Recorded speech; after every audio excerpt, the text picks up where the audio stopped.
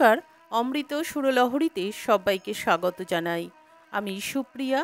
আজ আপনাদেরকে শোনাবো যে এমন কোন তিনটে জিনিস যদি আমাদের মধ্যে থাকে তাহলে আমাদেরকে ধ্যান, জপ, প্রার্থনা, মন্ত্রতন্ত্র কিছুই করতে হবে না। ঈশ্বরকে আমরা পাবো এই তিনটে জিনিস যদি আমাদের মধ্যে থাকে। সেই তিনটে জিনিস কি কি আমরা শুনবো আজকে সেই কথা। সে প্রসঙ্গে শ্রী শ্রী মা সারদা দেবী বলেছেন ঠাকুর এবং বলেছেন মহারাজরা। আমরা সেই কথাই আজকে শুনব। চলুন তাহলে শুনে নিই কোন তিনটে জিনিস আমাদের মধ্যে থাকলে ঈশ্বরকে আমরা পেতে পারি। পূজনীয় স্বামী প্রেমেশানন্দজি মহারাজ বলছেন, শ্রী শ্রী ঠাকুরের কথা খুব প্রচারিত হইতেছে, তাহা খুবই আনন্দের বিষয়। তবে আমরা চাই ঠাকুর যে আদর্শ প্রচার করিতে আসিয়াছিলেন সেই আদর্শ প্রচারিত হইলে বেশি মঙ্গল হইবে। আমরা লক্ষ্য করিতেছি শ্রীরামকৃষ্ণকে অবলম্বন করিয়া আর এক নতুন হুজুগ যেন দেশে উঠিতেছে। জনসাধারণ চিরকাল এইরূপ করিয়াই থাকে। আমরা কিন্তু রামকৃষ্ণ নামক ব্যক্তির ভক্তি চাই না। আমরা চাই সেই তিনটে জিনিস মানুষের মধ্যে।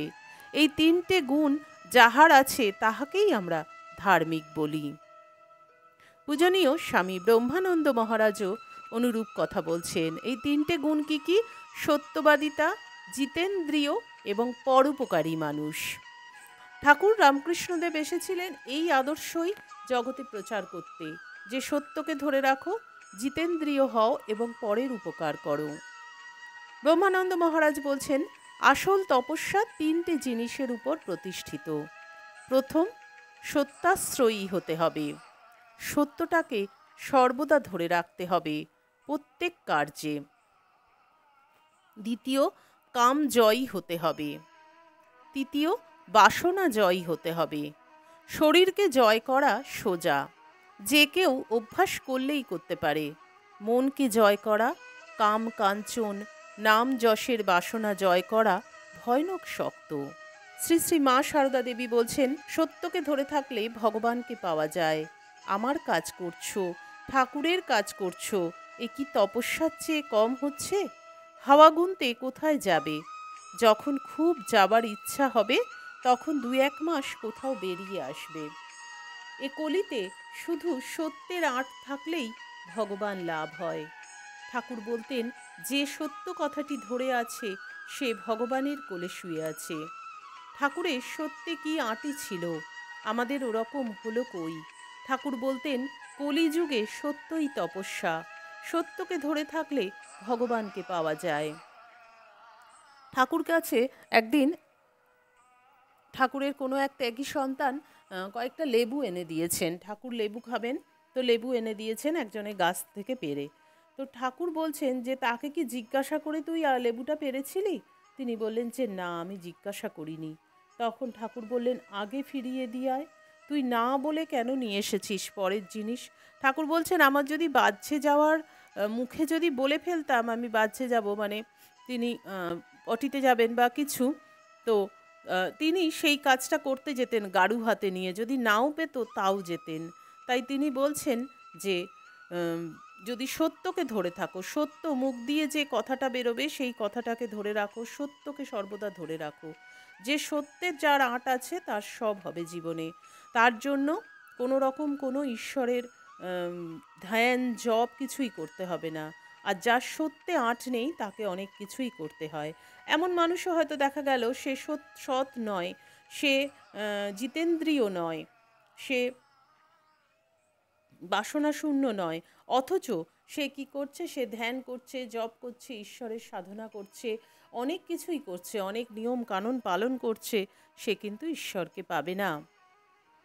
শ্রী শ্রী মা সারদা দেবীও আরেকজনকে আশীর্বাদ করে বলেছিলেন যে, তোমার কথাবার্তা, কাজকর্ম ও অভ্যাস সম্পর্কে সৎ থাকবে, তাহলেই অনুভব করবে কতখানি ধন্য তুমি। ঠাকুরের আশীর্বাদ সর্বক্ষণ জীবের উপর বর্ষিত হচ্ছে, তা চাওয়ার দরকার হয় না। মা বলছেন, ভগবান চান ঐকান্তিকতা, সত্যবাদিতা, ভালোবাসা। বাহ্যিক ভাবোচ্ছ্বাস তার কাছে পৌঁছায় না।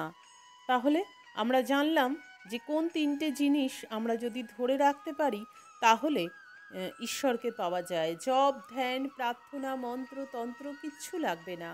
তিনটে জিনিস আমাদের মধ্যে থাকতে হবে। তা হলো সত্যবাদিতা, জিতেন্দ্রিয়, বাসনা শূন্যতা, অপরের কল্যাণে নিজে এগিয়ে যাওয়া, ঠাকুরের সেই কথা, শিব জ্ঞানে জীব সেবা, মানুষের জন্য করা। মা বলছেন যদি কেউ অন্যের জন্য কিছু করে তাহলে নিজের উপকার তার উপকার ভগবান স্বয়ং করেন। তাই জন্য আমাদেরকে ভগবানকে পেতে হলে এই তিনটি কথাকে মনে রাখতে হবে, তিনটি কাজ আমাদেরকে করতে হবে সর্বদা। আর এটাই হলো কলির তপস্যা। আশা করি আমাদের আজকের আলোচনা আপনাদের ভালো লাগলো। ভালো লাগলে প্রতিদিনের মতন লাইক দেবেন, কমেন্ট করবেন এবং বন্ধুদের মধ্যে শেয়ার করবেন। অনেক বেশি বেশি করে শেয়ার করবেন, তাহলে অনেক বন্ধুরা জানতে পারবে এবং তারাও উৎসাহিত হবেন এই সমস্ত ঘটনাগুলো আরও বেশি বেশি করে জানতে এবং এই সমস্ত অনুপ্রেরণামূলক কথাগুলো জানবার জন্য। আজকের মতন এখানেই বিদায় নেব। ঠাকুর মায়ের কাছে প্রার্থনা করব আপনারা সকলে খুব ভালো থাকুন, সুস্থ থাকুন, সকলের মঙ্গল হোক, সকলের ভালো হোক। ঠাকুর মায়ের চরণে আভূমি লুণ্ঠিত প্রণাম জানিয়ে, সমস্ত মহারাজদের চরণে প্রণাম জানিয়ে, মাতাজিদের চরণে প্রণাম জানিয়ে আজকের ভিডিও এখানেই শেষ করছি। হরি ওং তৎসৎ। শ্রীরামকৃষ্ণ অর্পণমস্তু। জয় মা শারদেশ্বরী, জয় তু স্বামীজি মহারাজ।